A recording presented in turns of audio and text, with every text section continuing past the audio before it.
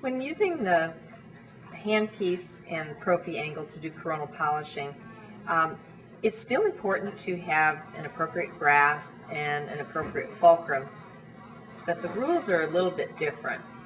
You'll find that sometimes you will be reaching a little further, and so your fingers may be separated a little bit.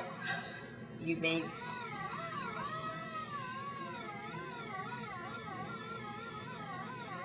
actually move around, use a little more digital action than wrist action. So while it's still important to keep the stability, you may find that it's not going to be quite as precise as it needed to be when you were doing your scaling procedures. Important thing though is that you really work that Profi angle and the edge of the cup into the area that you need to polish.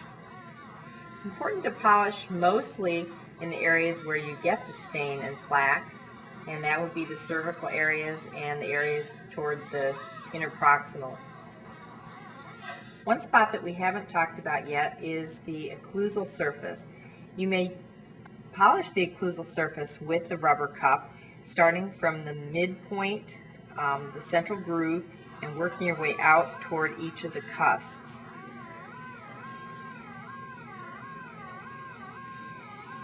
However, because of the grooves, it's also good to use a brush that's specially designed for the occlusal surfaces.